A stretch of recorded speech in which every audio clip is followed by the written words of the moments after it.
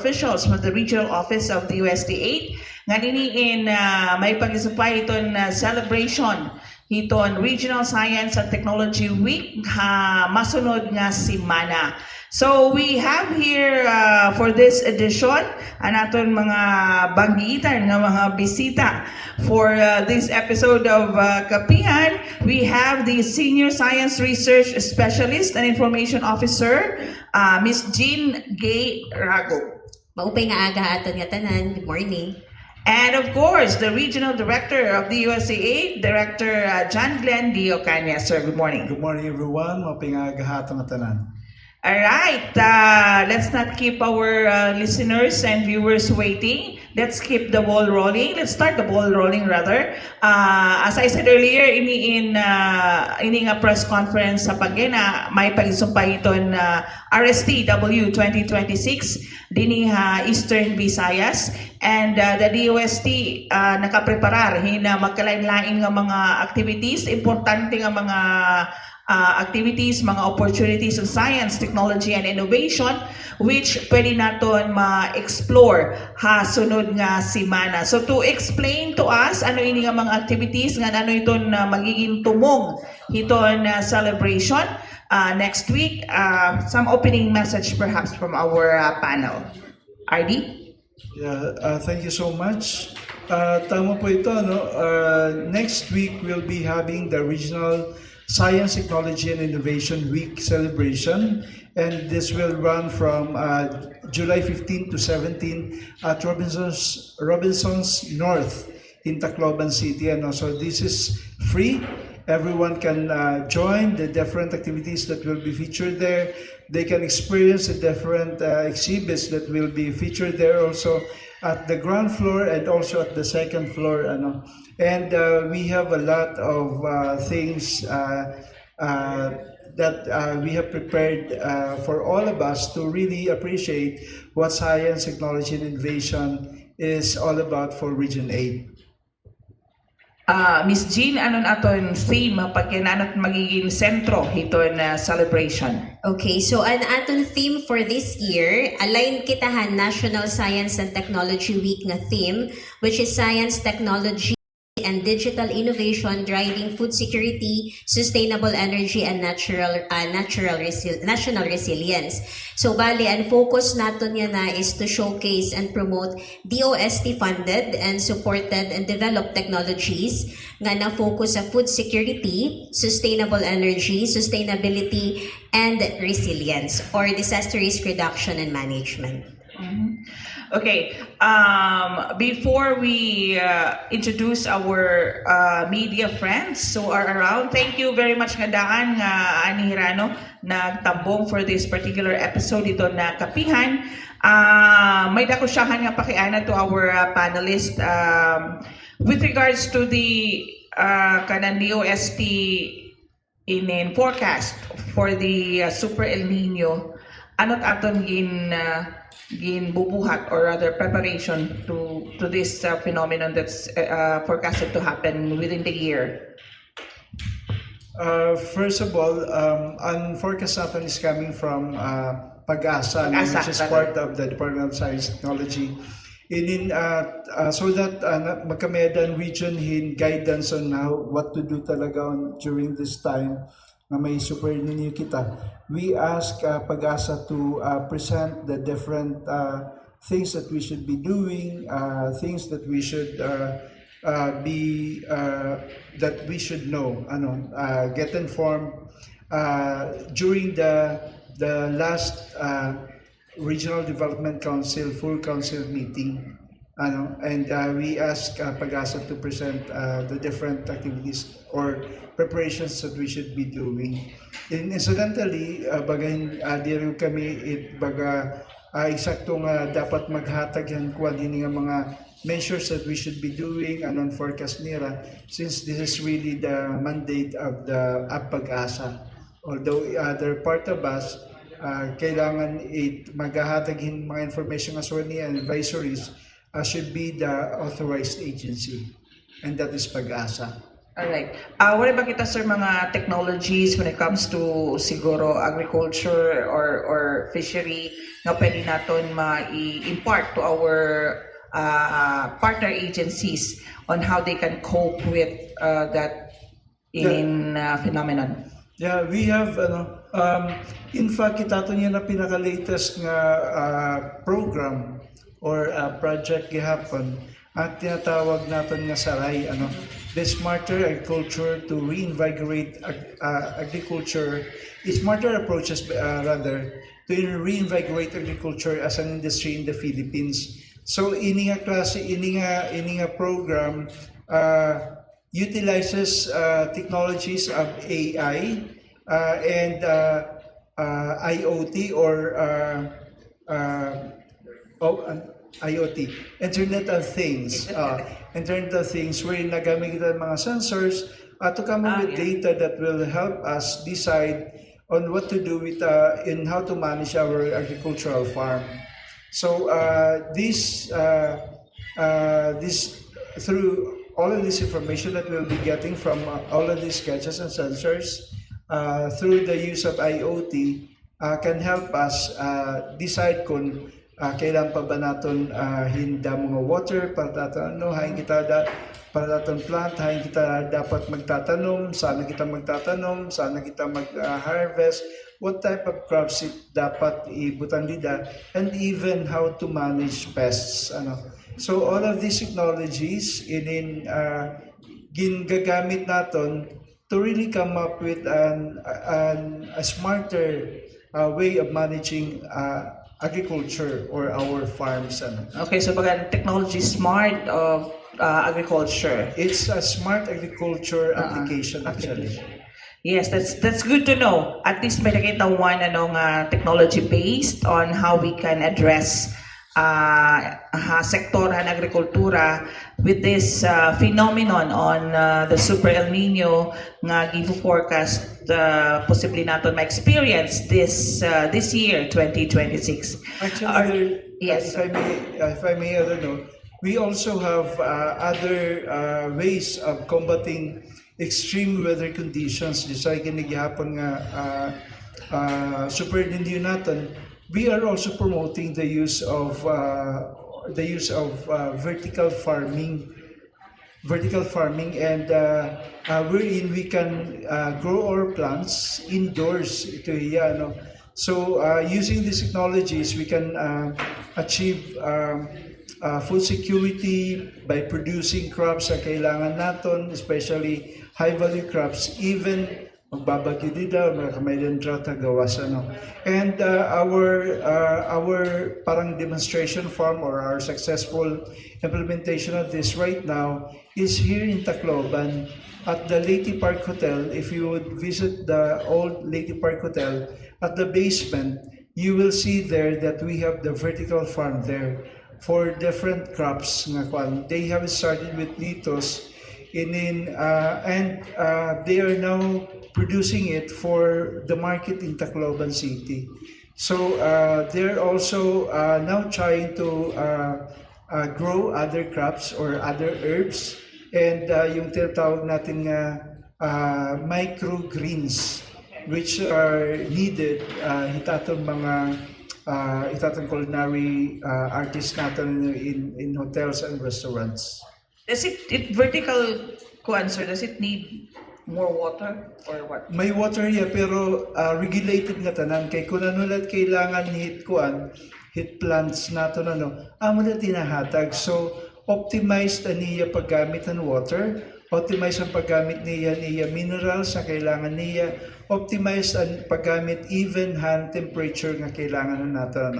It's condition nga climate control diya so that aniya growth is optimized. Nganhin we can predict kung saan hiya ma-harvest.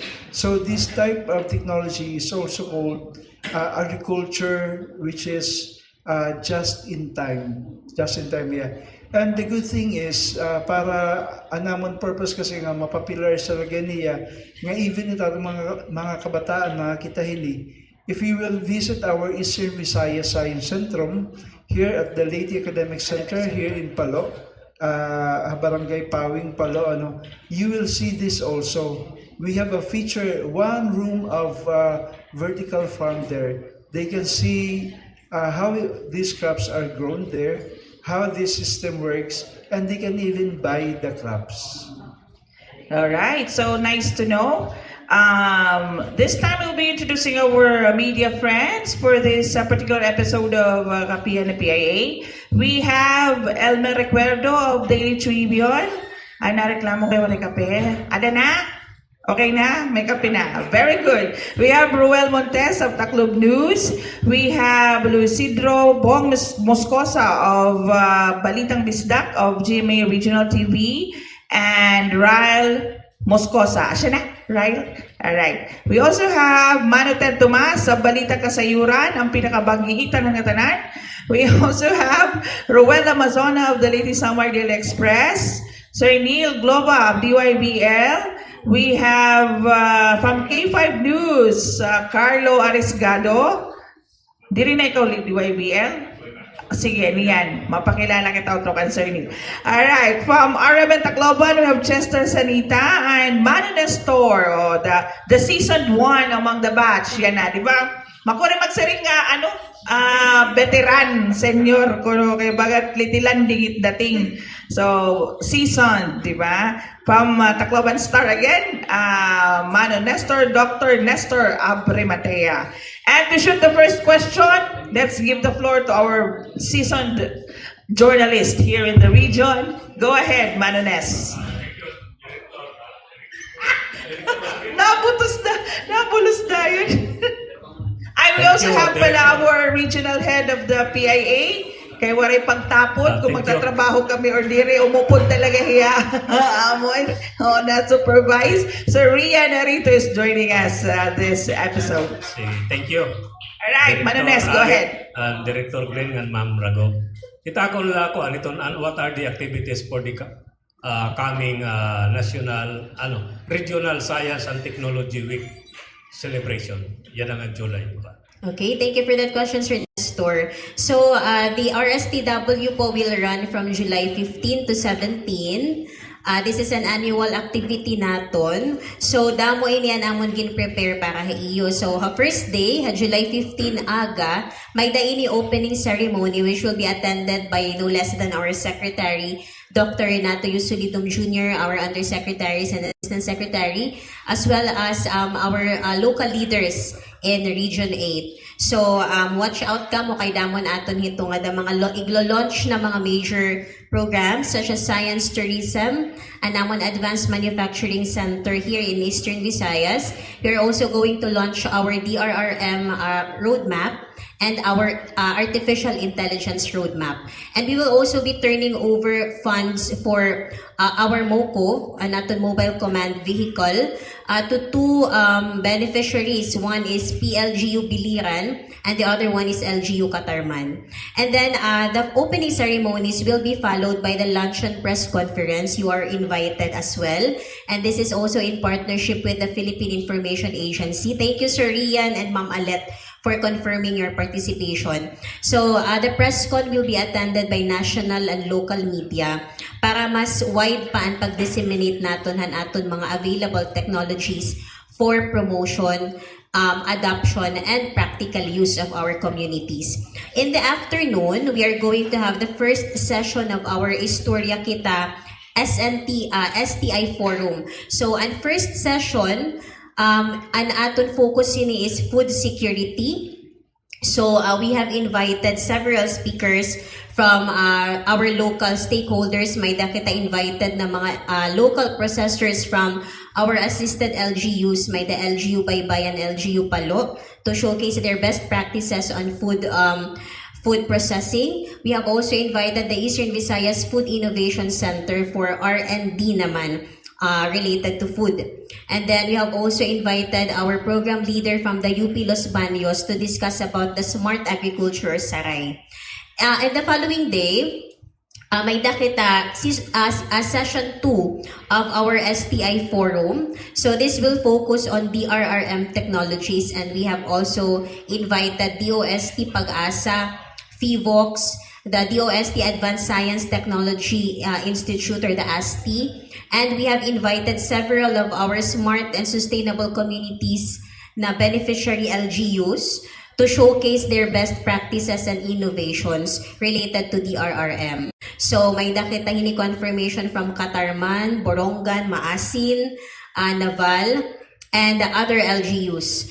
And also in the third day, we are going to conduct the session 3 of our forum, which will focus on renewable energy and sustainability. And we have invited also speakers from our R&D consortia, HAIV shared our SUCs to showcase their innovations and R&D results. Ha second day po, an aton forum at ini ha Summit Hotel, ang DRRM forum. And ha Robinsons North Level 2 activity area, we also have other activities simultaneously to be conducted. So may nakita e-games sa aga to attract our local youth to explore careers in STEM, as well as STEM Olympiad. Damo ini ang participants sa natin STEM Olympiad that will come from our state universities and colleges. And aside from that, our DOST officials from the national office will be visiting some of our projects here in Region 8. So amo po ito ang aton different activities in store for you for our this year's RSTW, and of course sa naton exhibits. Level 2 and Level 1 of Robinsons North will be open from July 15 to 17, anchored as well on our 4 pillars of human well-being, and aton ini programs for food security and education, wealth creation, and aton programs for our industry and MSMEs, and aton liwat wealth protection for the disaster risk reduction management and climate change adaptation and sustainability. So Asha Peto, you are all invited po to participate in our activities. And Mrs. ni Director Glenn. Yeah, we'd like to invite everyone to be part of this celebration. Okay, as mentioned by Ms. G, this is the biggest promotional activity that we have every year. The Regional Science, Knowledge and Innovation Week celebration. And this is a major event kasi here we use this opportunity to really showcase and use the platform to promote the adoption, commercialization, and the practical use of technologies by showcasing the different technologies and services that were developed by the science technology community natin. So all of this naka-display to explain, and what's good with this celebration right now kasi makaka-relate kita because a lot of our resource persons are from Region 8 themselves. These are the persons or communities or local government units or SMEs who have adopted technology in their manufacturing system or have improved their quality of life and their economic stakes because they have adopted science, technology, and innovation. So makaka-relate ito sa mga tao. That's why we would like to invite everyone, ang ating mga kabataan, ang ating youth, we have activities for you, ang ating mga local government units, they have a lot to learn from this. Ano't mga projects nga pwede nirahin mo on together with the USC and other government agency, how can they strengthen their disaster preparedness and resilience, and how they can improve the way we deliver their services. Kasi part of the things nga or programs that we will be promoting there is the Smart and Sustainable Communities Program, or SCP, wherein we help the local government units transition into a smart and sustainable governance, to really provide our people with the best or the most relevant services that we can provide. So MSMEs gyapon naton, we have a lot for them. Sa Tanira, the different programs and technologies that they can avail of, programs like Setup, or Small Enterprise Technology Upgrading Program, or Setup. This is a program na talaga namo na buligan din yung Region 8 mga good team, mga dagko nga mga farm MSMEs naton, they are able to avail this service. Paano kasi this is a kind of government support to MSME competitiveness by providing them with innovation fund that they can use to acquire technologies that will help them improve the way they produce their product, improve the quality of their product themselves, and help them expand their manufacturing capacity so that they can serve larger markets Naging also. competitive pa. Maigi competitive ito era. Ano mo pa pag hikamit makabulig era, hindi rila kita naabutan how to integrate technology, but we also can help them how we can improve their overall management of their business by infusing the principles of quality management system. So holistic itamon paghatagin paghatagin support and assistance to MSMEs. Alright. Sige. Next question from Sir Neil Globa. Good morning, Director. I would like to know kung itong DOST may ba role itong smart campus project EBSU, and then what's the status of that project, if ever, kung may the role ng DOST? Yes, medyo na akong kapatamon role ito. Incidentally, the Department of Science and Technology, through its director, sits in 8 of the state universities and colleges of Region 8. And I think it's also true in other regions. The USC NASIT as one of the regions, one of the members of the Board of Regents of these universities. And in end, we are a member also of the Board of Regents EBSO. As one, we are making sure nga ma-integrate talaga ang science, technology, and innovation nga that era curriculum in the delivery of their educational services at mga kabataan, and making sure that it era mga facilities and even projects just like the smart university or smart school project of EBSO. Right now, the implementation of this is, I understand, is ongoing. There are already some IT systems that are already in place, and the establishment of the infrastructures required are already ongoing. Perhaps unfortunately, I cannot give really more details on this. Mas maupay ko ulit makakabaton nili it EBSO mismo. Follow up, Sir Neil? Alright, thank you very much. Thank you, Next Sir question from Elmer Recuerdo. Daily Trivia. Good morning.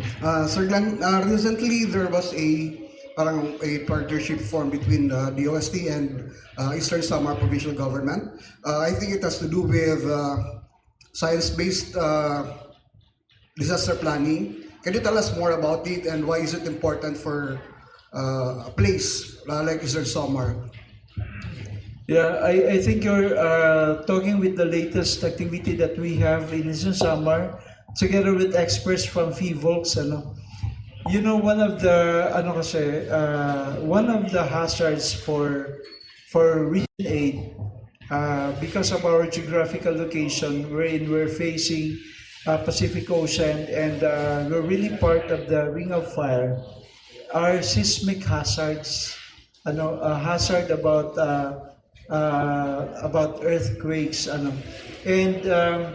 FIVOLCS is concerned that Eastern Samar could experience a big seismic activity. So what we can do, since we cannot predict, we can forecast where will be the next earthquake. what we can do, and our best defense would be preparation.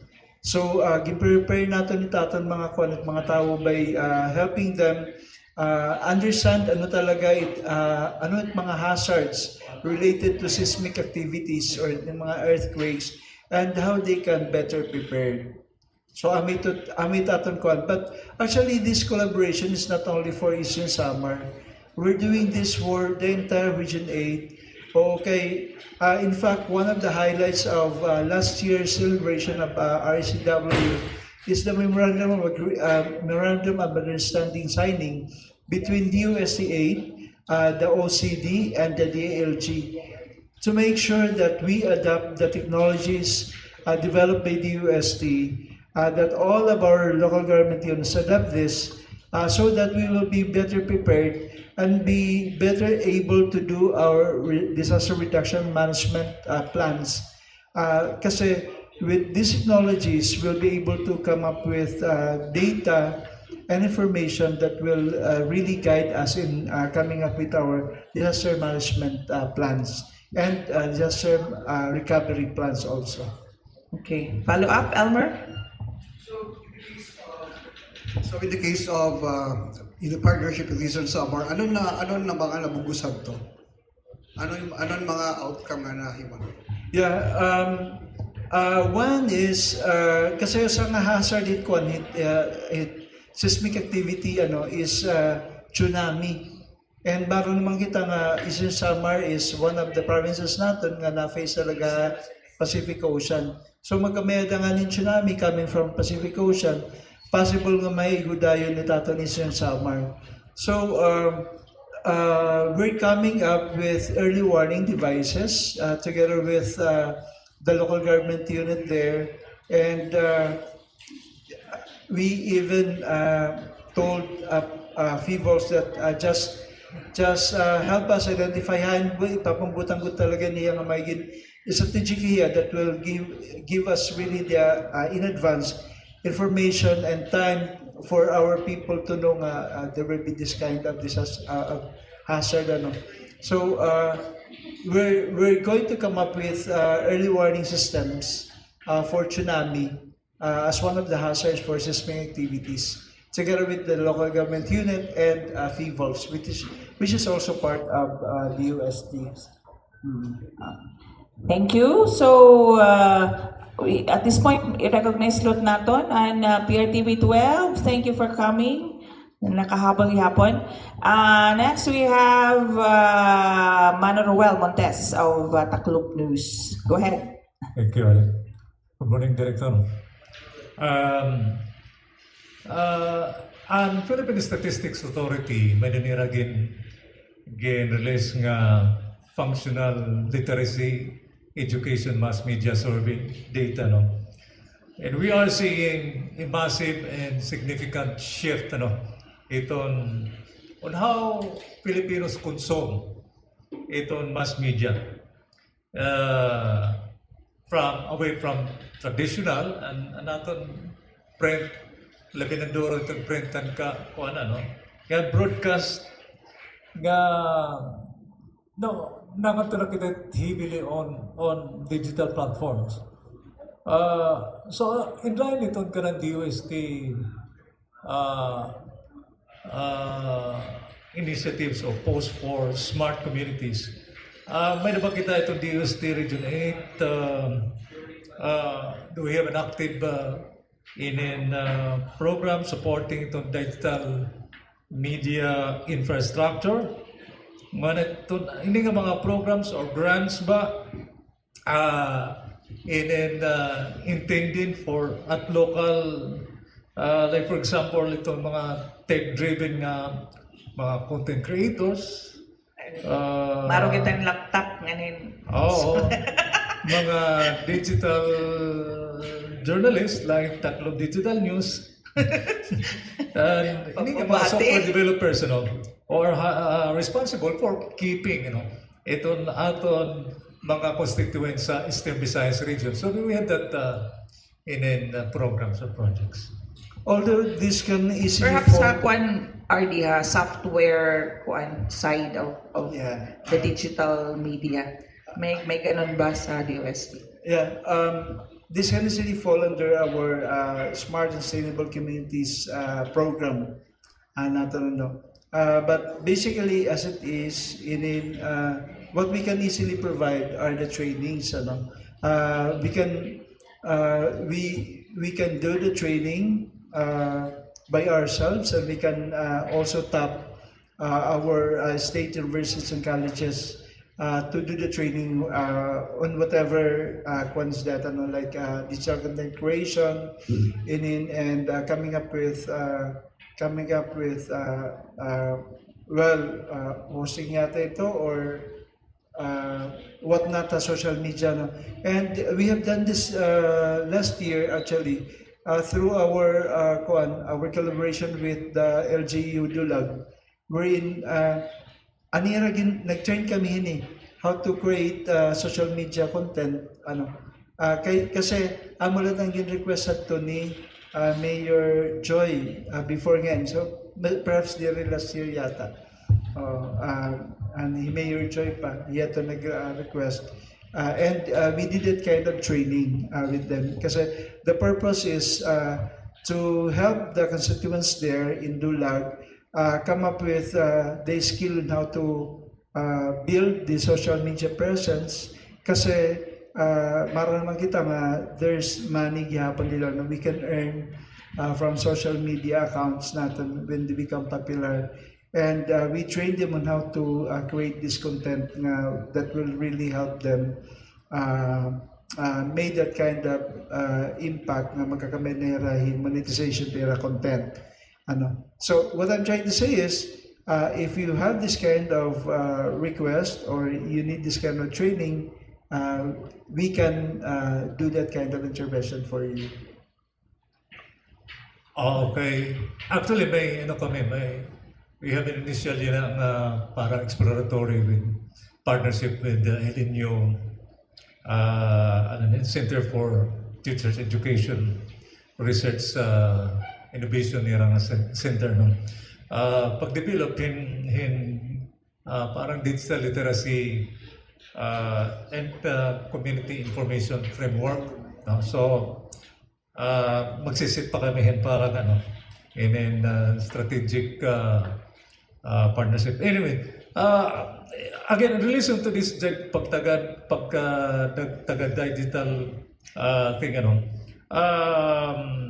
itong digitalization of MSMEs and citizen services, ito na itong mga consumer habit region rapidly also integrated online na gihapon, di ba? So mga local businesses have to adapt itong online my question is to siguro itong programa itong DOST set up program, how is DOST helping itong aton mga MSMEs din sa Eastern Visayas region pivot their marketing and operations into digital space,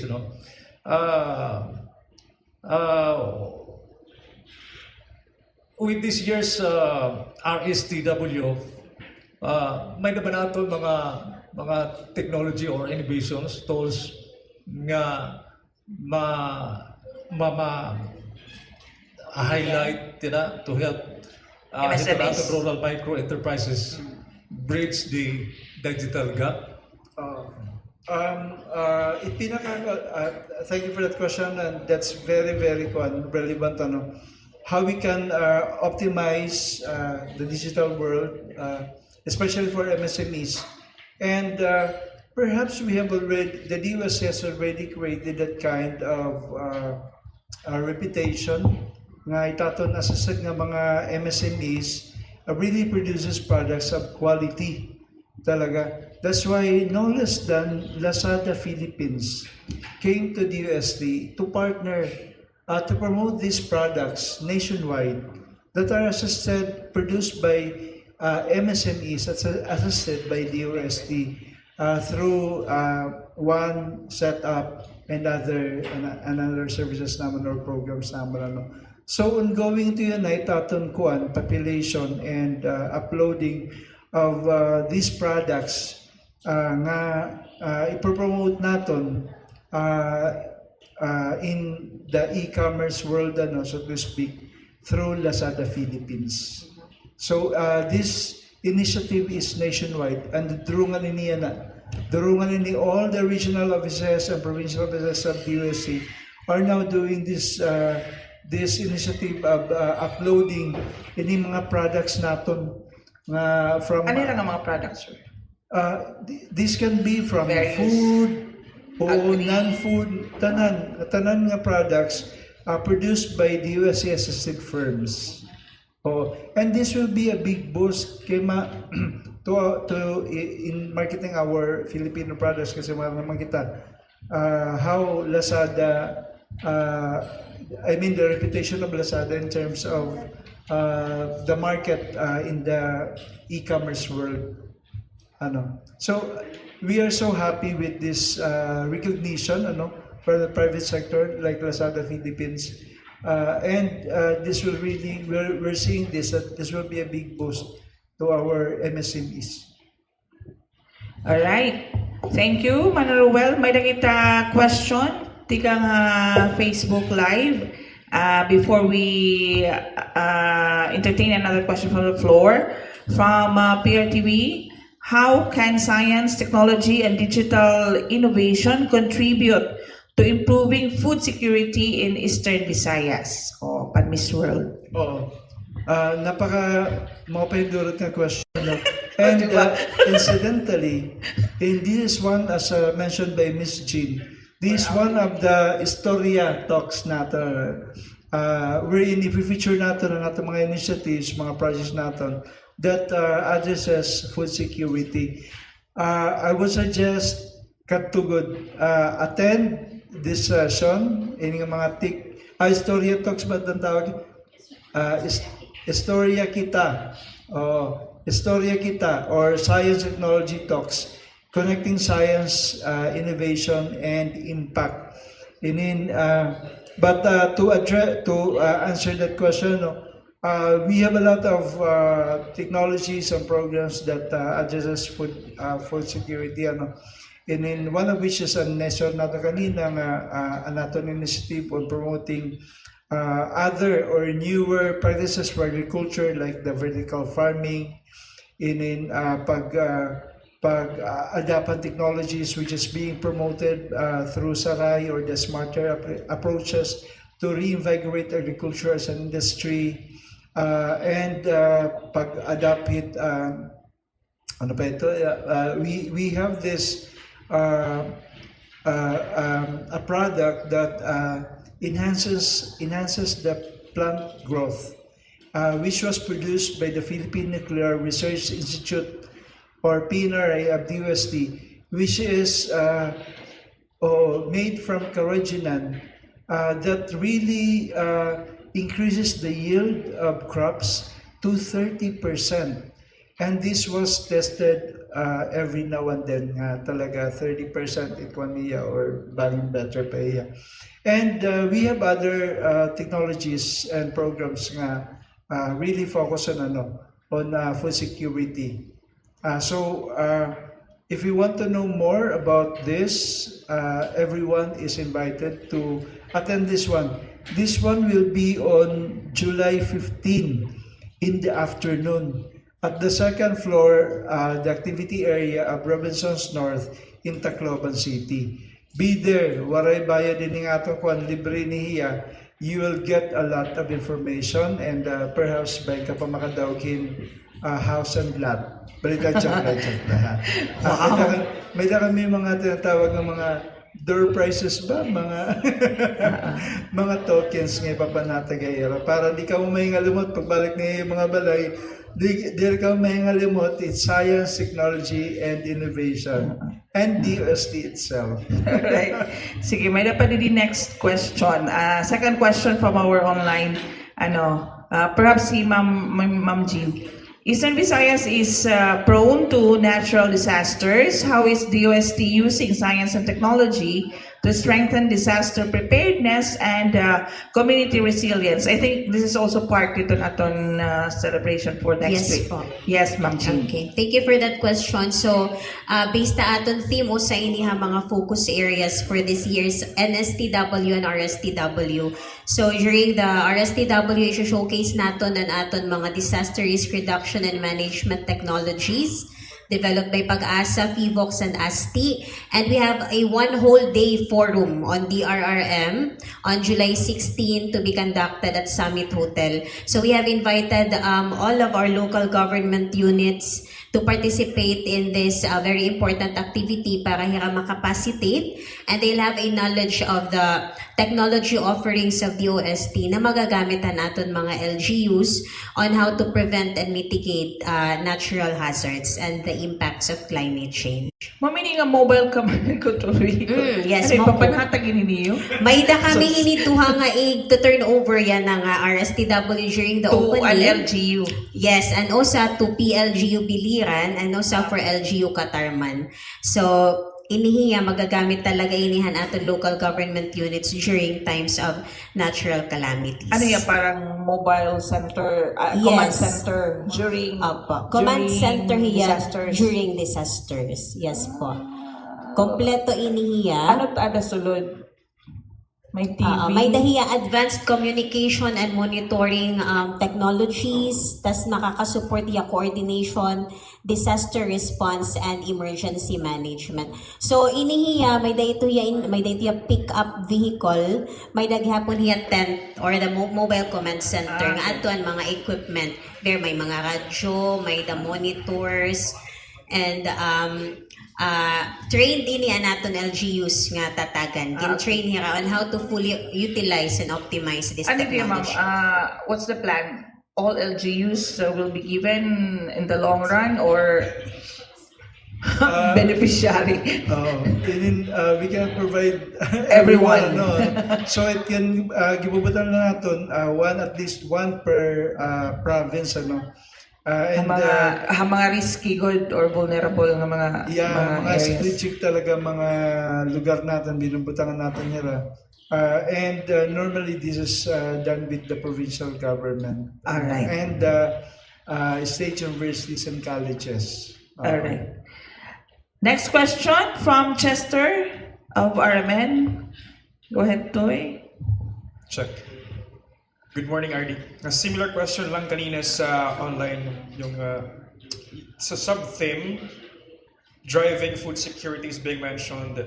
And we know may ada program itong DUST on vertical indoor farming, and it costs a lot of money to operate. What technologies, other technologies are being promoted to help farmers and fisher folks in Eastern Visayas? Okay. Parang naka-embed itamon mga technologies nga related to agriculture hasaray nga kuan kay parang it's a banner or it's an umbrella program wherein all of the technologies needed to manage efficiently the farms, ano, ada yung tanan. So not only that, magamitahan ICT or the Internet of Things, wherein nagamitahan mga sensors to get data on the weather, on the moisture of the soil, on the temperature of the area, no, and then ano't mga pest nga ada. Labot lang ito, may naghihapon kita gi-promote nga mga technologies na gihapon that will help them in managing pest infestation. And even ito gin-share naman kanina about the growth enhancer. It's a growth enhancer for crops which is made from organic material, like karanchinan or the seaweed. This is a technology that was developed in collaboration with the Philippine Nuclear Research Institute. Tested na talaga that it can enhance or increase the yield of crops to 30%. Ano, ang pagtest ini, even na natin mga farmers nga nagadapin mismo hira nagkandakiran a sort of research and development gapon at their end and talaga natest nila nga amin niya. So we're promoting all of this so that we can change the way or improve the way we manage our agriculture and our farms para bisan taton agricultural farms naton or agricultural area nagtitikaguti because of urbanization and other things. Itiya yield will still grow. Kailangan nga kay titikaguti naman taton agricultural areas, kailangan ma-ensure naton nga itiya yield, itiya productivity ma-increase. And we can only achieve that with technology. All right. Cool na to, Chester? Okay. Sige, next question from Sir Bong Moscosa of Balitang Bista.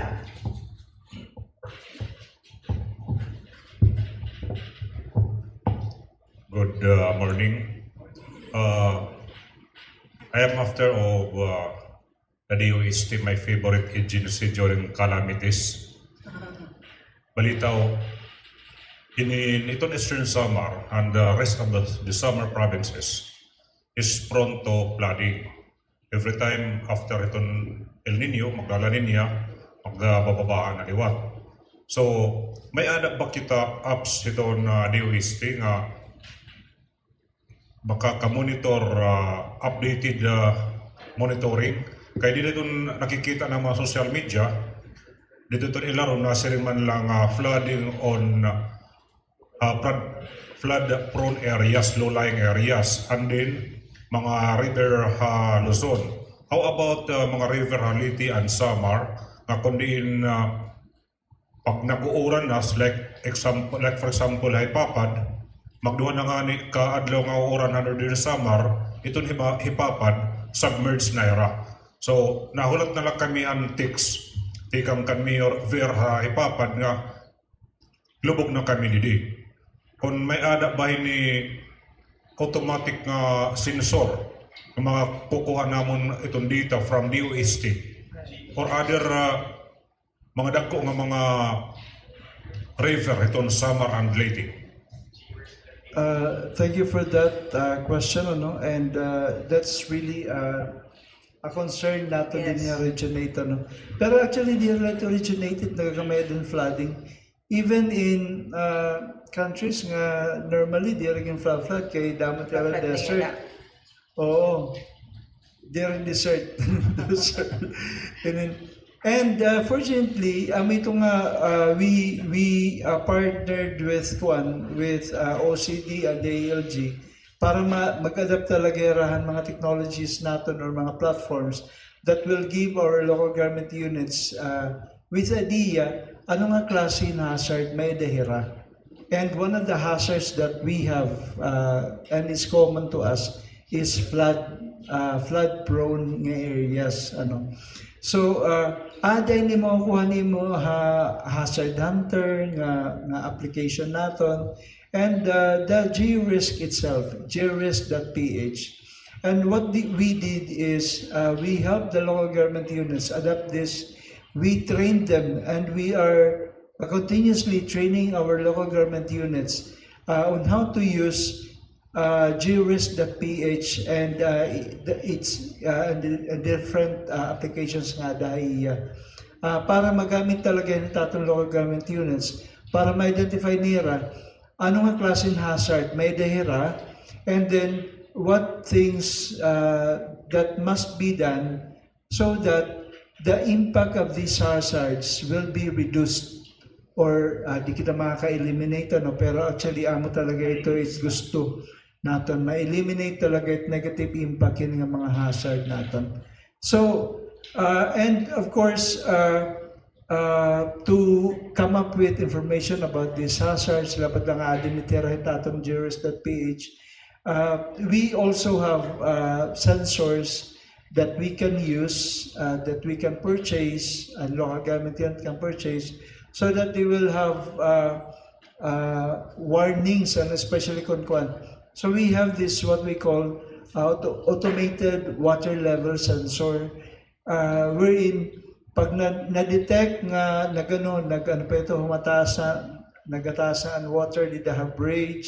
Normally binubutang niya bridges nga mga key bridges nga pag ma-detect ang mga parameters nga nakabutang hiya like ang speed ang pagkataas han water nga han speed gihapon han flow han water.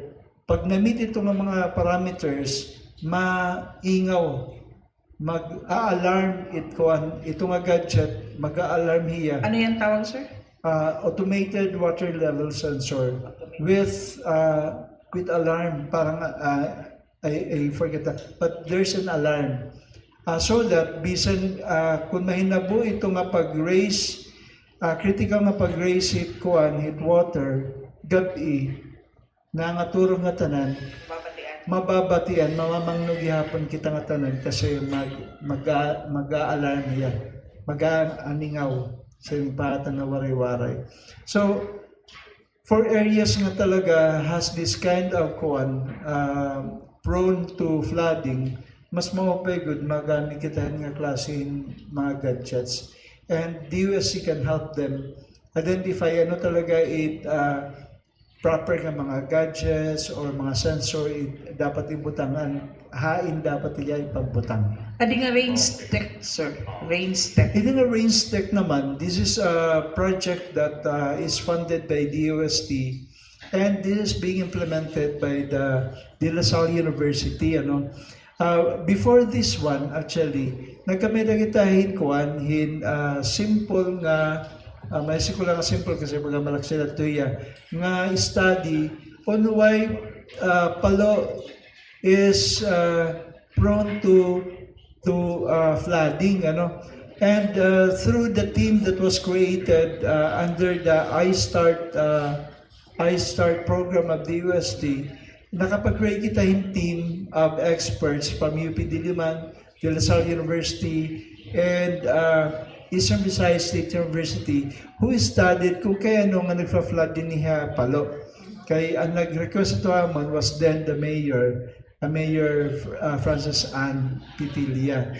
So, lumabas ito nila nga kung kaya and we found out nga pinakahabubungay nga part Leyte, it elevation, ani Palo. That's why by gravity nga tanang nga tubig once nga magbabaha in the neighboring areas or nearby towns, mapakadi talaga Palo. Sami to asan nagkuan tawag ito as follow through nga initiative namin ni our researchers nga na-involved De La Salle University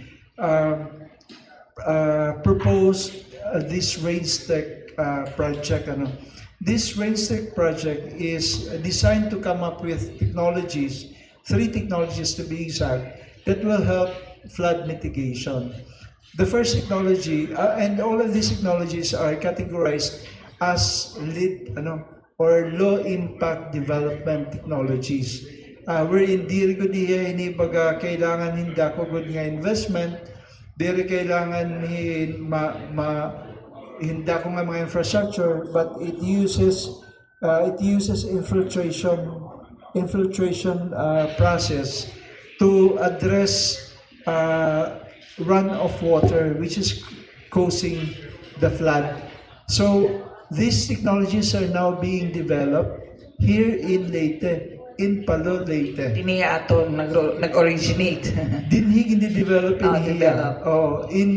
In respect to help talaga it atong flooding in Region 8. So hopefully pag natapos na niya na within the year, we will launch this and we will promote this so that our local government units would be able to adapt this. Again, in yung mga technology, low impact development technology niya, nga parang inspired niya of technologies that are being used in South Korea. All right. Oh, curious lang ko, Arlie, and mga gi-mention ni mo nga apps, are they free for the LGUs like G-Risk, Hazard Hunter? I saw may panahon app na Fault naman. Finder. Fault? Fault Finder. Fault Finder kanan mga Faults. earthquake faults, liwat. Santissima Trinidad. Pareho They're kita all sa free. technology and innovation. They're all free. Okay, all right. Are we ready for our very last question? May na pa, Roel, you have? Niyan ka naman, okay? Siyempre, ikaw itong pinakala. We give the honors to you. Roel, go ahead. Use the mic.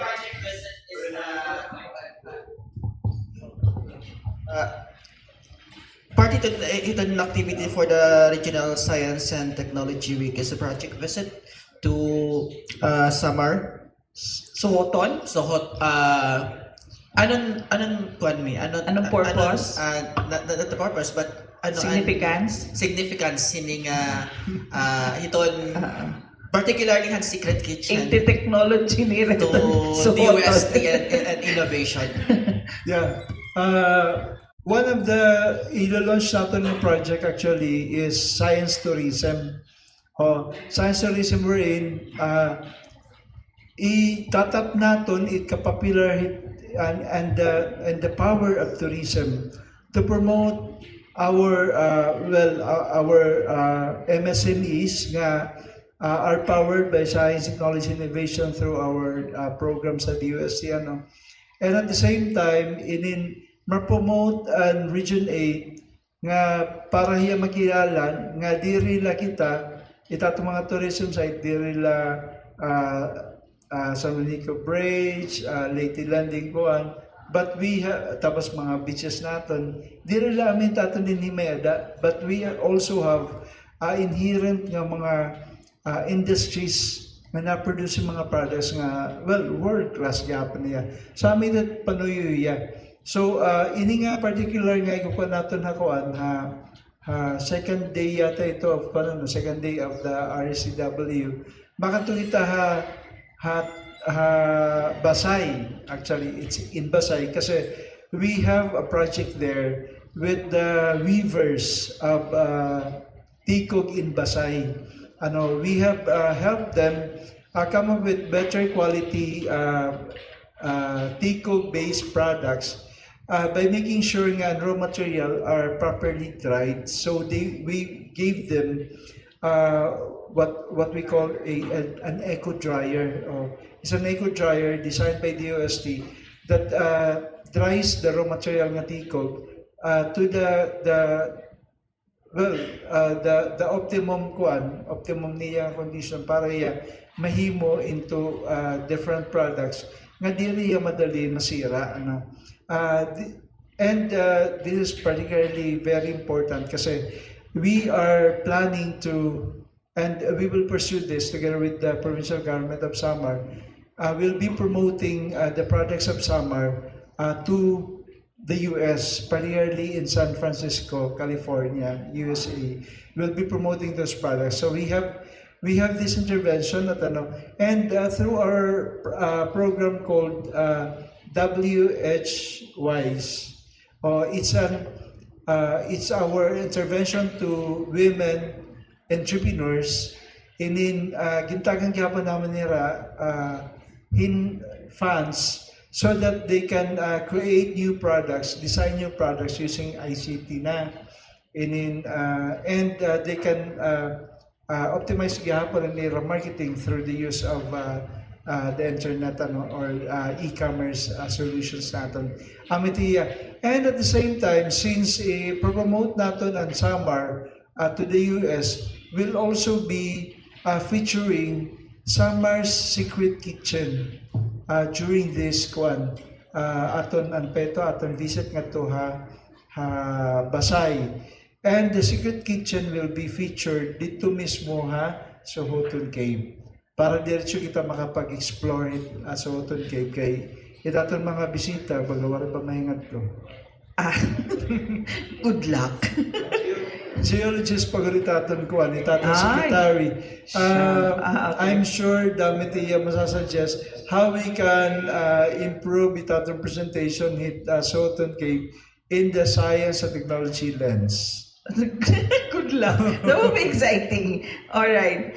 Another online question from PIA Biliran. What is the status of the construction of the new Pag-asa Synoptic Building, Powerhouse, Observes Quarter and Perimeter Fence Project started in January 2020, which until now has not been completed yet? I think it's in Biliran, from PIA Yeah. Biliran. Unfortunately, wala hindi taga-Pag-asa. Okay, so this is Pag-asa. Pag-asa kasi niya concern. So, sorry, we cannot provide you with the update. Okay. Sir Pigos, this is with Pag-asa. Hay na. Oo, online niya. Oo. So, Pag-asa dapat makakabaton. Alright, for our last question, of course, as I said, we have reserved it to our di rin nadadayon it kapihan kunwari inihiya. Ito, Mano Ted Tomas, go. Okay, good morning, Sir Glenn, to our nilini mismo DOST. So, pipira ba din hiya hapat sa Region 8 nga nabutangan na niyuhin kita tawag nato nga mga early warning device kay nabaro makita nga may mga area kita din nga front code in tsunami. Simba ko kumayda in Sisringal Minog. Actually, right after or before yata Yolanda, after Yolanda, we implemented the program called Project NOAA. And we deployed more than 1,000 of these gadgets. And Functional pa ni sir. incidentally, nag-expire ni Tiya Juan kay Okay. expose man ko niya to the elements kaya dito gawas talaga. Most of this waray na hiya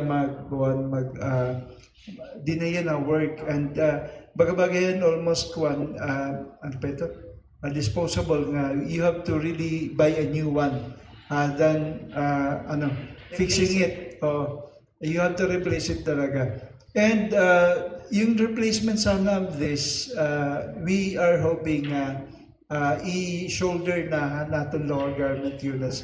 That's why we are in contact, engaging with the local government units to adapt all of these technologies para ma-encourage nila nga ma-rationalize nila that they have to and recognize that they have to buy and purchase all of this equipment kasi these are the equipment that will provide you with information about the parameters about the weather and all.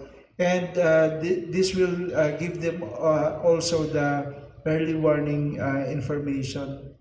So, ami itong akuan, ami itong sir namon, sing pa kanina, gin-formalize talaga namin ito naman collaboration with the local government unit through an MOU.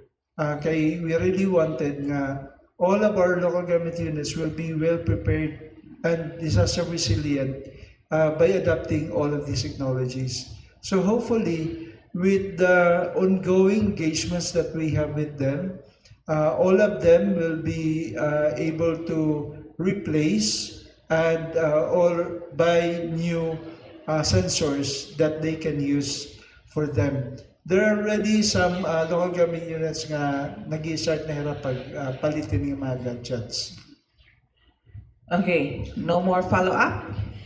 From our very veteran among the all, just Ako lang kung ano ang Okay. yung pagandaman niya na ang umabot nga Super El Nino and science. For preparedness, as I mentioned, we leave this to about the weather here, about El Nino, we leave it talaga to Pag-asa to make the information or advocacy about this. Pero we ask actually para kita makapag-ready we ask Pag-asa nga mag-present ano ba ang kabutangan, ano ba forecast about the El Nino, and what can we do to be prepared during the last RDC Full Council meeting.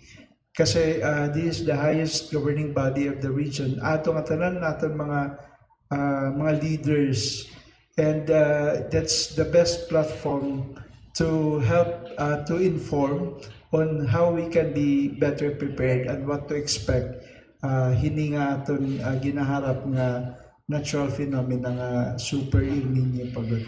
Anyway, may ano naman establish, reactivate an Office of the Civil Defense nga Task Force El Nino, where all the concerned agencies nga may ada possible interventions, preparations nga gibubuhat for that phenomenon in kaparte, no, kaapi ito na Task Force El Nino. Manoted, pag-update nila with the task force. All right, so before we end, let's give the floor to our guest for the parting message, perhaps, for especially inviting our listeners, our audience, to the upcoming RSTW opening and the several activities next week na. Yes. First of all, we would like to thank our partner, the Philippine Information Agency. You know,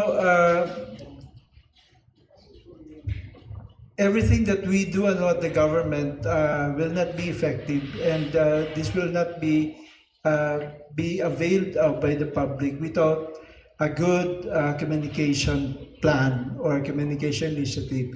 And that is the role of the PIA. I would like to thank Ardy Rayan, my friend, and Ma'am Alid, for having this one. And all of our major activities actually are covered by PIA through the Kapihan.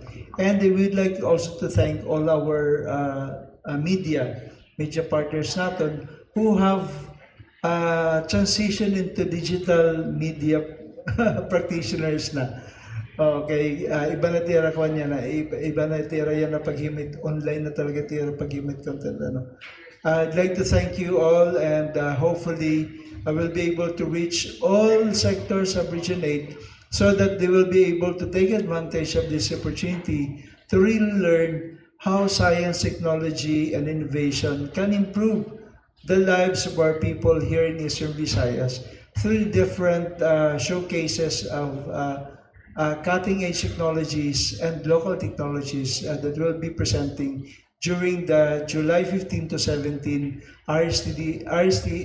RSTW celebration at the Robinsons North in Tacloban City. All right, Ma'am G? Okay, so damo nga salamat ha PIA and amon pero may kaupod ha pag-disseminate ha namon mga programa. Sir Rian and Ma'am Alet, damo nga salamat ang aton local media partners. And we invite you to the 2026 Regional Science and Technology Week Regional Science, Technology and Innovation Week celebration on July 15 to 17 at Robinsons North Activity Area Level 2 and the first level also for some of our exhibits. And please visit our Facebook page at to kita pero may makakakuha amon mga updates on our programs, services, and activities. And ipopost gihap namon dito ang aton mga technologies that will be showcased during this year's RSTW. So we will keep you posted and see you all next week. Thank you so much. All right, thank you to our guest, Ari Glenn, Ma'am G. And that's it. That wraps up our Kapihan with DOST for the RSTW celebration. Science, technology, and digital innovation, driving food security, sustainable energy, and national resilience. Damo nga salamat niyo pag-upo na amon, especially naton local media. Sunod paghapon nga higayon, nagapihan na PIA, ini Alet Reyes, maupay nga agang, and damo nga salamat niyo pag-upo na amon.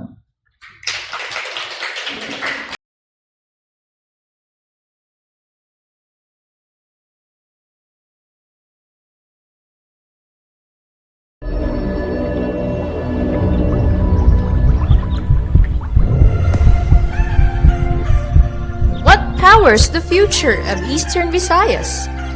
Food security begins with innovation.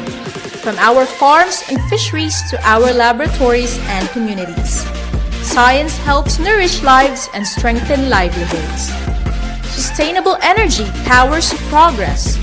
Through science and technology, we are building smarter, cleaner, and more sustainable communities. Science strengthens resilience, helping communities prepare, adapt, and thrive amid evolving challenges. Digital innovation is transforming the way we learn, work, and create solutions, connecting people, accelerating progress, shaping the future. Explore cutting-edge technologies. Join conversations that matter. Discover innovations transforming communities and industries. Connect with the people shaping tomorrow. Be part of the 2026 Regional Science, Technology and Innovation Week at Robinsons North Tacloban, Tacloban City on July 15 to 17, 2026.